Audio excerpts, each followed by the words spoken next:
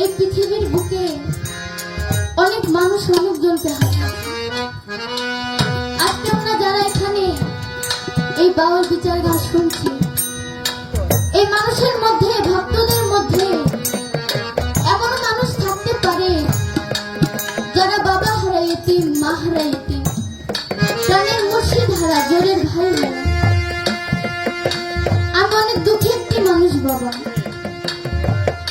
আজ থেকে 4 বছর আগে আমার যিনি জন্মদাতা পিতা, আমার মাথার তাজ, তিনি আমাকে ছেড়ে দুনিয়া থেকে চলে গেছে।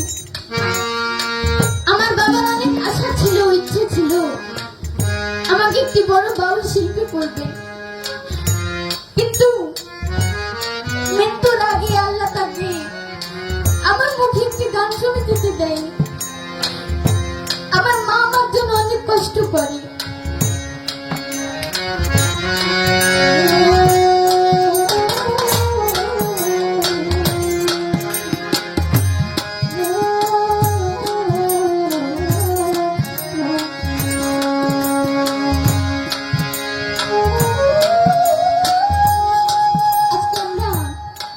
এত মানুষের মধ্যে আমরা দুইজন, আমাদের দুজনের কপাল এমনই পোড়া যে আজকে আমরা রাতে বাবা আমার বুকের ভিতর ঘুমাবো, এই কপালটা আমাদের আল্লাহ তাআলা দেয় না। আজকে দরবারে ঘুরতে হয়, দাঁড়ে দাঁড়িয়ে ঘুরতে হয় শুধু এই বাবার ইচ্ছের জন্য। তাই সকলে আমাদেরকে দোয়া করবেন, আমরা যেন বড় হয়ে আপনাদের কিছু দিতে পারি।